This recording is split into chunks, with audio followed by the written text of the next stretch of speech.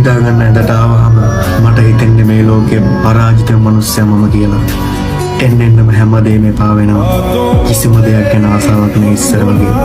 වෙලාව යනවත් දැනෙන්නේවත් නෑ. එළි වෙනකන් ඇහැරගෙන කල්පනා කරන්නෙම ඇයි මට මෙහෙම වුනේ කියලා. ජීවිතේට ආපු ගියපු හැමෝම මට මගේ ජීවිතේ එපා වෙන තැනටම ගෙනාවා. දැන් මම මිනිස්සුන්ව විශ්වාස කරන්නේ නැහැ. මැරෙන්න බය නිසා ජීවත් වෙනවා. වෙලාවකට හිතනවා මේ හැම දෙයකින්ම ඈත් වෙන්න. සතුටින් ඉඳපු දවසක් මතක නැහැ. හැමදාම මම ගලේ ලෝකෙට පේන්න ගිනවුණු එක. ඒ හිත ඇතුලෙන් පොඩි එකෙක් වගේ අඬනවා. අපි මිනිස්සුන්ට අවංක වෙන තරමටම ඒ මිනිස්සු අපිට අවංක වෙනවා නම් හිතේ තියෙන පීඩනේ, හිතේ තියෙන දුක, හිතට දැනෙන තනිකම මේ හැම දෙයක් එක්කම මම හරි අමාරුවෙන් ලෝකෙට පේන්න hina වෙනවා. ඉතින් මම මගෙන්ම අහන්නේ ඇයි මට මෙහෙම වුනේ? දැන් මට හරි මහන්සි.